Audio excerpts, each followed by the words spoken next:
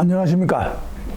오늘은 지난달 20일 그야말로 천신만고 끝에 미국 제46대 대통령으로 취임한 조 바이든 대통령이 취임 직후부터 잇따라 내놓고 있는 각종 정책들 가운데 특히 미국 제조업 산업을 보호 육성하는 것을 근간으로 하는 바이 아메리칸 강화 정책에 대해 살펴보기로 하겠습니다.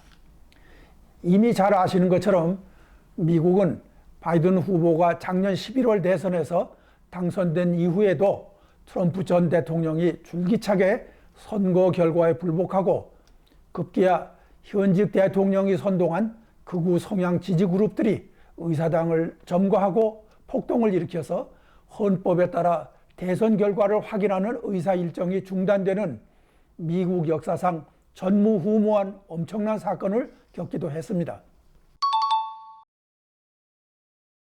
그런 험난한 상황 속에서도 바이든 대통령은 당선 직후부터 자신의 고향인 델러웨어주 윌밍턴시에서 참모들과 수기를 거듭하며 취임과 함께 100일 동안 발표할 정책 과제들을 다듬어 왔던 것입니다. 그 결과 취임 후 이제 불과 10여일 지난 동안에 무려 40여 건에 달하는 대통령 행정명령을 발표하고 있습니다. 그 가운데 상당 부분이 전임 트럼프 대통령이 취했던 소위 상궤를 벗어난 정책 노선을 정상으로 되돌리려는 것들로 채워져 있습니다. 가장 상징적인 조치로는 트럼프 전 대통령이 2017년 1월 취임 직후 탈퇴를 선언했던 기후변화 대응 국제협약인 파리협정의 복귀, 그리고 코로나 대재난 상황임에도 불구하고 돌연 선언했던 세계보건기구 WHO 탈퇴를 철회하는 것 등이 들어있습니다. 그러나 이들 가운데 유독 우리의 관심을 끄는 사안이 바로 강력한 바이 아메리칸 노선에 입각한 새로운 연방정부의 구매 방침을 제시하는 행정명령입니다. 바이든 대통령이 기자회견에서 직접 밝힌 것처럼 이 조치는 낙후된 미국 제조업을 회생시키고 대외 경쟁력을 조속히 재건해서 양질의 고소득 일자리를 많이 만들어내고자 하는 야심찬 계획인 것입니다. 바이든 대통령은 이번 조치는 미국 경제를 조속히 재건하는 데 일조할 것이며 기업들의 기술 발전 및 경쟁력을 향상시켜서 향후 수십 년간 미국의 국가 안보를 튼튼하게 할 것이라는 점도 강조하고 있는 것입니다. 이를 달성하기 위한 구체적인 실행 방안으로 미국 연방정부가 향후 국민들이 낸 세금을 사용함에 있어서 미국의 노동자들이 미국산 물품을 사용해서 만들어낸 미국산 제품을 구매하는 데 지출해야 된다는 것을 확신하고 있다고 밝히고 있는 것입니다. 즉 연방정부의 조달 물품 구매에 응찰할 수 있는 제품의 기준과 수량 할당에서 미국 기업을 우대하는 방향으로 강화할 것을 선언한 것입니다. 동시에 바이든 대통령은 대선 캠페인 과정에서 내걸었던 슬로건인 미국을 더 좋게 재건하자는 의미의 Build Back Better를 성취하겠다는 굳은 의지의 표현이자 자신과 민주당의 지지 기반인 근로자들을 중시하겠다는 정치적 의도를 표현하고 있는 것입니다. 이를 위해 아예 백악관에 바이 아메리칸 실행 현황을 총괄할 고위직을 신설해서 정책 집행 전반을 감시 감독하게 하겠다는 구상도 내놓고 있는 것입니다. 지금에 와서 되돌아보면 대선 기간 중에 바이든 대통령은 전임 트럼프 대통령이 펼쳐왔던 무자비한 이민정책, 환경보호 및 기후변화를 도외시한 산업정책 등등 각종 정책들을 신랄하게 비판하면서도 유독 대외 교역 및 산업정책 분야에 대해서는 애써 자제하거나 적극적인 공격을 회피하는 애매한 태도로 일관해서 혹시 트럼프 정권이 취해온 강력한 보호주의 색채를 이어받아서 유지할 것이 아닌가 하는 것을 암시하기도 했던 것입니다. 실제로 바이든 대통령은 트럼프 전 대통령이 재임 중 일견 복선적이라고까지 할 만큼 중국 등 주요 교역 상대국에서 수입하는 철강 등 제품에 일방적으로 부과해온 고율의 제재 관세에 대해 이를 인하한다거나 또는 철폐할 것이라고 하는 의사를 시사한 적이 없습니다. 또한 전임 트럼프 대통령이 취임 직후 처음 취한 조치로 탈퇴를 선언했던 역사상 가장 포괄적인 자유무역협정이라고 알려지고 있는 환태평양 동반자 협정에 재가입한다는 것을 고려할 것이라는 기미를 전혀 내비치지 않아 왔습니다. 이런 상황에서 바이든 대통령이 이번에 강력한 바이 아메리칸 정책 노선을 표명하고 뒤를 이어 향후 180일 동안에 걸쳐서 미국의 제조업 경쟁력을 강화하기 위한 구체적인 조치들을 취할 것을 공언하고 있는 것입니다.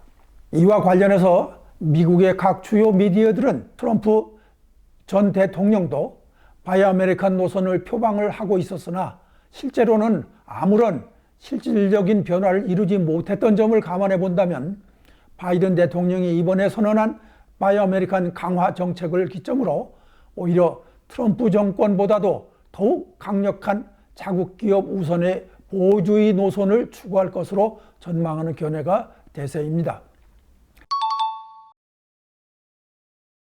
이에 대해 향후 바이든 정권을 상대로 통상협상을 벌여야 하는 과정에서 가장 큰 난관에 직면할 것으로 예상되는 중국은 물론이고 영국, 프랑스 등 유럽 각국들도 일제히 반발하고 나섰습니다.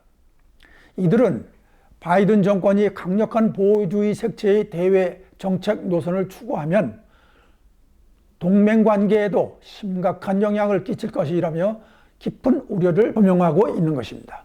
아울러 강력한 보호주의 노선은 그간 글로벌 사회가 애써 구축해왔던 WTO 등의 자유무역 정신에도 배치되는 것이라고 지적하고 있는 것입니다. 한편 역사적으로 살펴보면 미국이 바이 아메리칸 정책을 추구하는 것은 어제 오늘 일도 아니고 1933년에 당시 대공황이 절정으로 치닫고 있을 무렵에 후보 대통령 정권 하에서 국내 산업보호 및 지원을 위해서 제정한 국산품 구매 촉진법, 즉 바이 아메리칸 액트에 발단한 것입니다. 그 후 역대 정권들은 각자 추구하는 정책 이념에 따라 실행 정도를 다소 강화하기도 하고 또는 다소 완화하기도 해왔던 것입니다. 그러니 공화당 정권이 바뀌고 민주당 정권이 새로 들어섰다 해서 이전과 다름없이 보호주의 노선을 이어가려고 한다거나 또는 오히려 강화한다고 하는 것이 하등 새로울 것도 없고 어찌 보면 쉽게 예견될 만한 일이기도 합니다. 국가 간 교역 관계를 설명하는 이론상으로는 교역 상대가 되는 두 나라가 각자 비교 우위를 갖는 제품 생산에 특화하고 이를 상호 간에 교역을 하면 보다 나은 수준의 복지를 달성할 수 있다는 것이고 이런 자유교역을 제한하는 어떠한 정책적 조치들도 교역 당사국 어느 쪽에도 귀속되지 않는 이른바 사중 손실을 가져올 뿐이라는 것입니다. 그러나 현실에서는 나라마다 경제 수준, 부존 자원, 자본 형성, 인구 구성 등 다양한 측면에서 나름대로의 특수한 여건이 존재하고 특히 정치인들에게는 가장 민감한 유권자의 대다수를 구성하는 일반 근로자층을 포괄하는 국내 고용 사정을 감안한다면 이런 순수한 이론상의 고상한 목표를 지향하기는 대단히 어려운 사정이기도 합니다. 어쩌면 국가를 운영하는 위정자들에게는 장기적인 공동의 이익 증진에 우선해서 더욱 큰 관심을 기울이지 않을 수 없는 현실적인 관점일 수도 있을 것입니다. 글로벌 사회라고 치면 어느 나라라고 해서 자국의 경제적 이익을 눈앞에 두고 인간적 자비로움이나 인연을 중시할 만큼 여유를 가지고 돌아가는 형편이 못 된다는 것 또한 분명합니다. 한편 일부 바이 아메리칸 정책의 문제점을 지적하는 견해로는 이 정책을 추구해가는 과정에 자칫 WTO 규정이나 기본 정신을 위배할 가능성이 다분하고 또한 강력한 보호주의 정책을 실행해 본다 한들 고용이 그렇게 늘지 않을 것이라는 지적도 나옵니다. 한편 그나마 좀 다행인지는 모르겠지만 바이든 정권은 비록 자신들이 바이 아메리칸 정책을 추진한다고 해도 향후 파트너 국가 및 동맹국들과 함께 협조를 이루면서 진행할 것이라고 말을 하고 있는 점입니다. 그럼에도 불구하고 우리와는 불가분의 관계인 글로벌주의한 미국이라는 나라가 이렇게 보호주의 노선을 강화하려는 자세를 지속하는 것은 우리 경제에 득보다는 실을 안겨줄 가능성이 분명하고, 이런 상황 변화에 슬기롭게 대처하지 않으면 가뜩이나 코로나 사태로 어려워진 우리 경제가 회복하는 것은 그만큼 더딜 수밖에 없는 것도 분명합니다. 우리나라에 대해 미국이란 나라는 외견상으로는 지금 직접 수출 규모가 중국에 뒤처져 있기는 해도 제반 다른 여건들을 감안해 보면 어쩌면 더욱 중요한 교역 상대국임에 의심의 여지가 없을 것입니다. 지금 우리가 처한 내부 사정이 온갖 잡다한 정치적, 사회적 문제들을 둘러싸고 정치 세력 간에 혹은 사회 집단 간에 극심한 대결과 정쟁으로 나를 지새느라고 영일이 없습니다.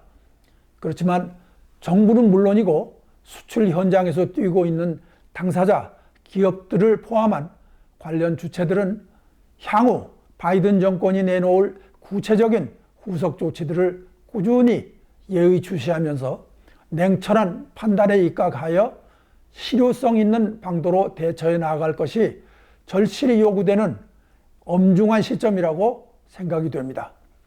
경청해 주셔서 대단히 감사합니다.